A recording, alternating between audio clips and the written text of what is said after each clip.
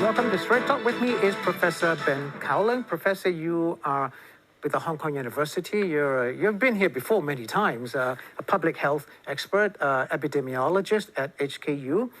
Now, the fourth wave, we've had it for a long time, right? So I think finally it's kind of disappearing. We've had a couple of zero cases, then we come back to one or two, and then go back to zero. I don't know. Is it over? Can we relax now? It does seem like it's been a bumpy landing coming all the way down to zero. It's taken some time. The restrictions were relaxed back around Chinese New Year. And so I think maybe that's allowed infections and transmission to drag on a little bit longer. But it does seem like we're heading to zero. We've been lucky so far. We've had a couple of days of zero. Yeah. We've been lucky to avoid any super spreading events. There was the gym cluster, which luckily the authorities got on top of with the contact tracing and the quarantine. And those targeted measures are really critical because without those, we'd have to probably do more social distancing in the community. Can we now lift restrictions? We've got restrictions 4 to a table. Restaurants closed at 10, bars are still closed, beaches are still closed. Is it time now to say, all right, we have fought this for over a year, we've got to try and resume the economy? Yeah, I think some of those restrictions we could definitely talk about lifting, but we haven't got quite to zero. So it's a little bit risky to lift all the restrictions. We'd be risking a resurgence and then having to bring them all back quite soon. I'd rather wait until we get to a period of time of consistently zero cases. Maybe 2 weeks. How many days Or consistent? maybe 14 days of zero, something like that. Is that doable, 14 days of zero? We I know managed it. Taiwan's achieved it, Macau's achieved it, New Zealand, Australia, but we just can't seem to get over this hurdle. We managed it last summer, after the second wave, probably in the spring and the summer. We managed quite a period of time without any cases, and then we know sooner or later infections will come back, and when they do, it's going to be, the restrictions are going to be needed to get the numbers back down again to zero. But I think the strategy of aiming to get down to zero and then to stay at zero is a strategy that could work here. It could work? I think How? it could work. Well, first we've got to get down to zero. We proved we can do it. After the second wave, we did it. After the third wave, we did it. Now it's the fourth wave. Hopefully we can do it again. And then staying at zero, the quarantine on people arriving into Hong Kong is now stricter than ever before. So that's the key to staying at zero once you get to zero, is restricting the opportunities for the infection to come back. The loopholes on air crew, maritime crew have been mostly resolved. So I feel like we could stay at zero for quite some time, like other places have managed, like Taiwan, Australia, New Zealand, and mainland When's that going to happen? I'm also thinking about the coming year, at what point we'll be able to lift all the restrictions because we've got enough vaccination coverage. That's really what I'm looking forward to. I'm going to ask you about vaccines in a bit, but we're approaching Easter. Do you expect another spike? I really hope not. I really hope that we're going to get to zero and be able to stay at zero.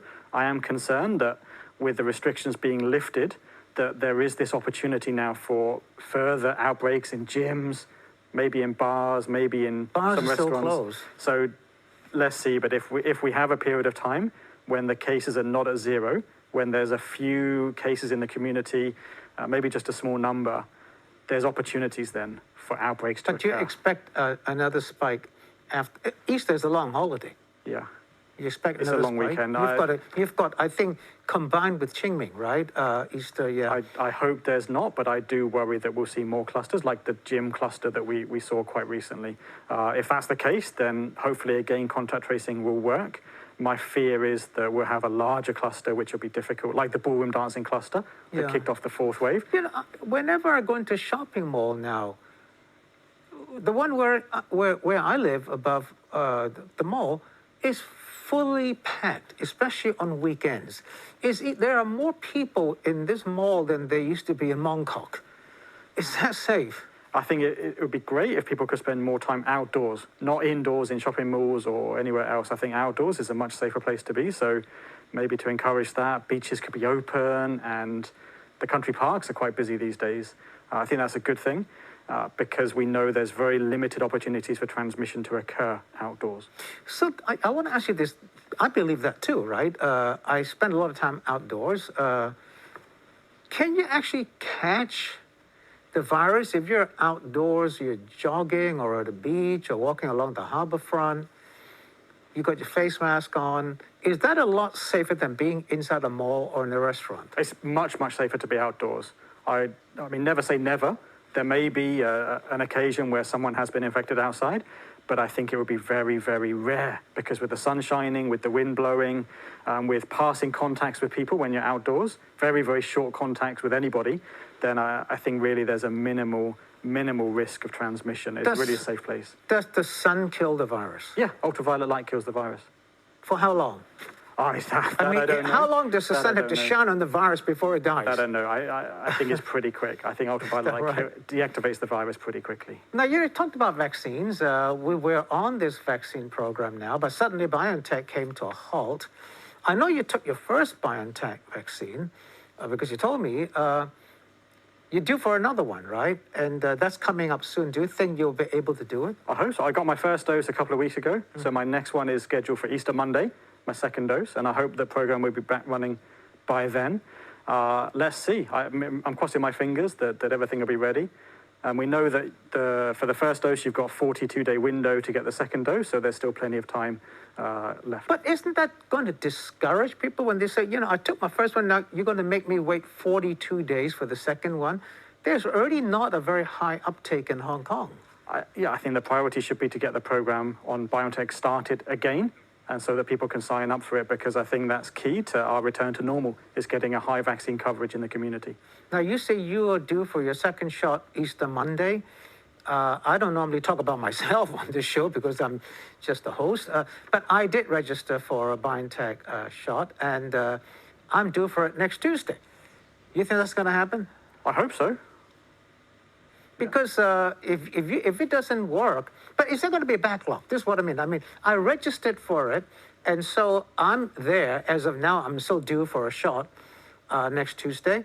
But because of this holdup, will people like us who have not had the first shot yet, will we be bumped back or what? I think what the government have said is that they're going to prioritize the second doses before letting people register for their first dose. But I've already registered. Yeah, so you have to reschedule if they need to push it back even further beyond next week. And then the other thing is the community vaccination centres have more capacity than they've used. So they've been operating in the early days at maybe half or three-quarters capacity. There's a bit more capacity that they could build up if they want to get more people through. But then there are a lot of people who registered for it but not have had their first shot yet, right? So if they're bumped back, that's fine. But if they re-register, that's also fine. But if they have to re-register and compete with other people, would that be fair? Let's see what happens with the government program when they can restart it. There were a lot of people whose appointments have now been cancelled, I think, in the past week. So those would need to be rebooked, and the people that need their second dose, if they've been pushed back, they'll need to rebook as well. But what we saw with the demand before this pause was that there were enough slots for people to book. There were a lot of open slots. Was your second shot cancelled? Not yet. Well, neither was my first shot cancelled. Yeah. So that's pretty confusing. Well, I think they're cancelling it a few days ahead. So the SMSs go out maybe 2 or 3 days in advance. So we're looking at our phones on Wednesday or Thursday, seeing if we're going to get a message about it. Now, you chose BioNTech. Why? It's a more effective vaccine, so it's better for me and better for everybody around me. You say it's more effective in that it's 95% effective. Yeah, the rate from the trials, there's maybe two numbers to be aware of. One is the effectiveness against mild infections, 95%, and the other is the effectiveness against serious infections, which is pretty much 100% for all the vaccines. Now, one doctor, I think he's now been not allowed to give any more vaccines. He had suggested people not take the Sinovac, and that caused a bit of controversy. Would you recommend people not take the Sinovac? No, I've never recommended against it. I've recommended people should choose the BioNTech vaccine. The reality is we've got 7.5 million doses ordered of BioNTech, and that's not enough for everybody in Hong Kong to get BioNTech. So we do need a second vaccine or a third vaccine, a second choice or a third choice. And so if people volunteer themselves to have the second choice or the third choice vaccine, I think that's okay, that's their choice. But I would prefer that we have more BioNTech. And I look to Singapore, where they're just using the BioNTech vaccine and the Moderna vaccine, and they're aiming to give it to everybody. I think that's a great strategy. You can mix vaccines, right? You can now, for your second shot, you take the Sinovac one. It's not recommended. We just don't know how it would work, what would happen. What's been tested is 2 doses of the same vaccine, whether it's BioNTech, Sinovac. If you mix them, maybe it would work, but maybe it wouldn't work. So it's not really a good idea to try mixing them. Maybe let some scientists do their clinical trials of those first to see what happens. Probably it'll be okay. Maybe it would even be good. You think it'll be okay to mix it? Let's see. I mean, I think it's worth But investigating. you wouldn't want to do that, right? I wouldn't want to do it. I'd prefer to get 2 doses of BioNTech. Of the same thing? Yeah, the same thing. Why do we order so few BioNTech ones? You're 5 million, but we've got 7.5 million people here. 7.5 million doses, which is enough for half of the population. And actually, the doses, they come in 5-dose vials. But in other places, they've worked out you can get a 6th dose. You get 6, right? You get a 6th dose from each But vial. we're not doing that. We're not doing that yet. And I think it's something to do with concern about not having enough syringes. We do have the right syringes, but in the future, maybe we wouldn't have enough of those. But at the same time, if we've got enough syringes of the right type now, we can get 6 doses now. And if later on we have to go back to getting 5 from each vial, then so be it. But I think that the Department of Health should seriously look at getting 6 doses from They're each actually vial. throwing away 1 dose. In a way, and that's a valuable dose. Look at other countries that are desperate to get vaccines, and we're not really using it and not using the 6th dose from each vial. Okay, well, quick break, Susan, don't go away.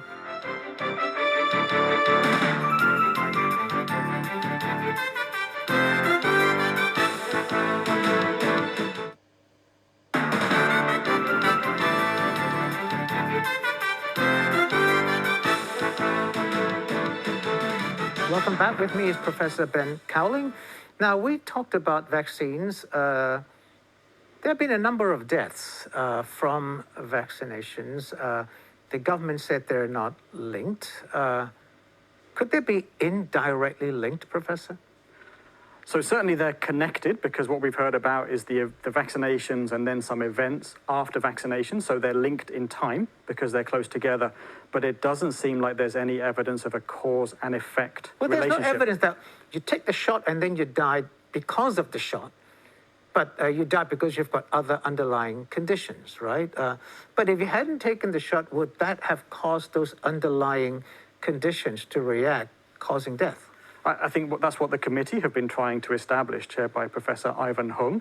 According to the World Health Organization recommendations on this kind of thing, which they're following, if there's another possible explanation for what happened, then the WHO would suggest to base on that other explanation before saying it was anything to do with the vaccination. My own view is that it's really difficult to establish cause and effect for events that occur after vaccination, because what you're trying to ask is, in a hypothetical universe, if that person hadn't been vaccinated, would the event still have occurred? Whether it's a allergic reaction or a facial paralysis or even a death. Sure. And you never know. You never know whether that event would still have occurred after vaccination. What you'd have to do is study a lot of people of the same age, the same characteristics, some of them who got vaccinated, others who didn't, and then try and judge what the events rate are. And what you might find is that there's 1 or 2 events beyond what you expected, maybe with a facial paralysis, maybe with an allergic reaction, but there would always be those kind of events happening anyway. There's a baseline rate. So I don't know whether you'd ever be able to attribute causality. So if there were 3 or 4 allergic reactions and you were expecting 2, so say there were 3, that means 1 of them may be linked to the vaccine and the other 2 may have occurred anyway. How do you know which of the 3 was the one caused by the vaccine? So in other places, they might say they'll just compensate all 3, because you never know which of the 3 is the one that was from the vaccine and which of the others were the natural ones. But that's really tough to do. And so far for these vaccines, I would emphasize, they're not linked to any of these rare adverse events. Well, they're not linked. So let me ask you this, Professor. You have underlying causes, supposing, right? What would you think people should do if they have underlying causes? Because the government says go check with your family doctor first, right? But if you've got high blood pressure or heart issues or diabetes, would you recommend that these people don't take the shot? Well, in other parts of the world, they're actually prioritized to get the vaccines. That's exactly it, because in the United States, they're prioritizing that, right? They're the highest risk. Yeah. So we really would like them to get vaccinated, but I think family doctors may be reluctant to offer vaccination to some of these patients, because then it's in their hands to do the vaccination, and if something happens afterwards, then the doctor's going to feel under pressure because of that, perhaps. So I really wish that the BioNTech vaccine was available for doctors to use as well. That's the vaccine that people with underlying Well, conditions you are can't recommended because to of the get. storage issue, right? Because of the storage issues, it's a little bit too fiddly. So right now it seems not possible in But Hong Kong. you're right in that in the U.S., I've checked with people in the U.S. who said that they were quite surprised. They said, but that's the priority group. They're the high-risk group. They're the People group who with need vaccination the most. diabetes, high blood pressure, heart issues. They should take it first before other people take it. Yeah. But we're doing the reverse here, right? Yeah, it's not ideal because I think if we were to have a fifth wave, those are the groups that would be the most vulnerable, and also people in elderly homes. Are we going to have a fifth wave? Sooner or later, we will have a resurgence in transmission. The virus will find a way back. We've seen Why do you say that? We've seen it everywhere. We've seen it in mainland China, in Taiwan, in Australia, New Zealand.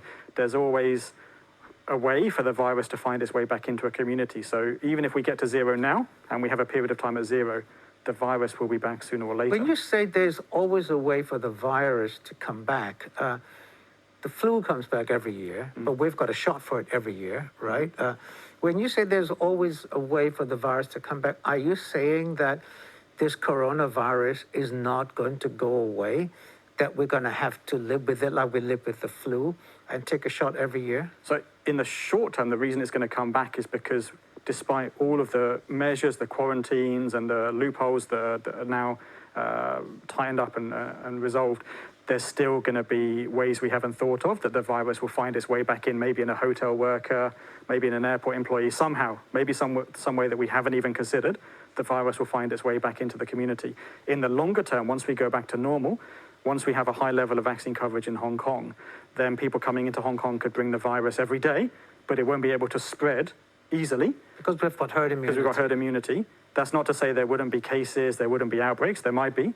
But like flu, it will be something that's relatively mild or something we can deal with. There'll be booster shots available for people if they want them, and we'll get on with our lives. Are we looking at a situation where it'll be having to take a booster shot every year? I don't think anyone would have to take a booster shot. I think it would be offered voluntarily, but it's quite possible that in a year's time we'll be offered booster shots, particularly for the variants.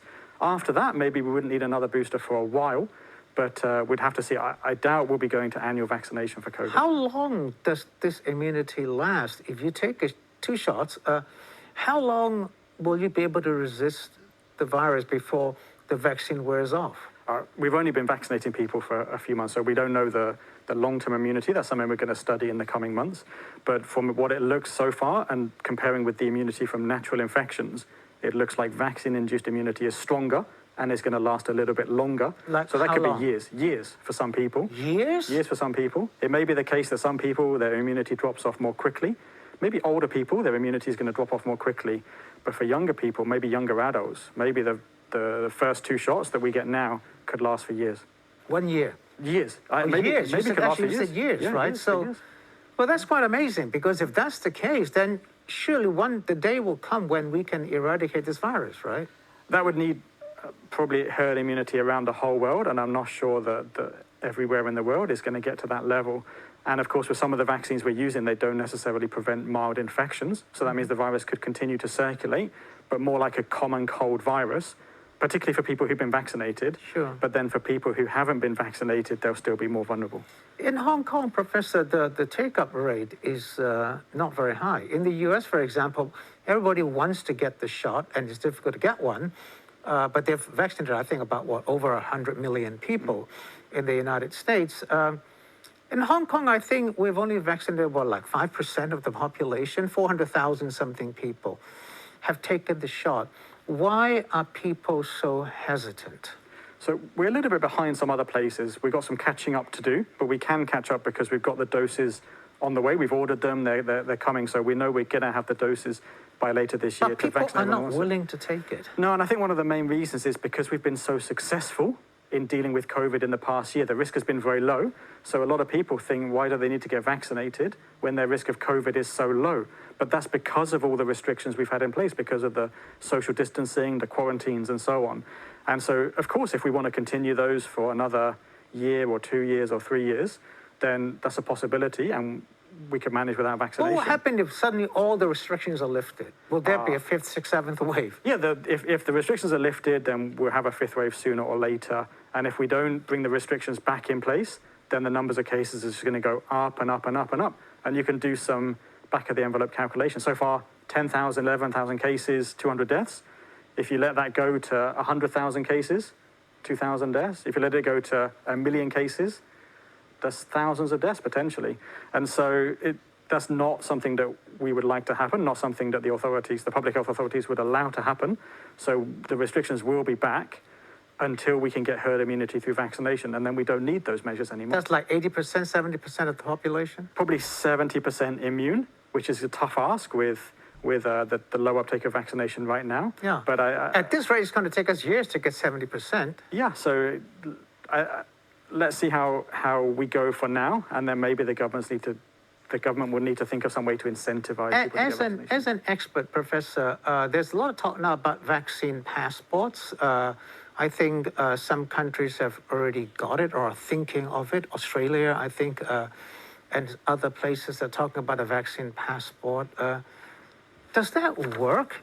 I mean, if I take a shot, right, and supposing I take a BioNTech shot, and then the U.S. is also using Pfizer-BioNTech, so then they will recognize that shot, right? But if I take a Sinovac shot, the U.S. and the WHO has not approved the Sinovac shot yet.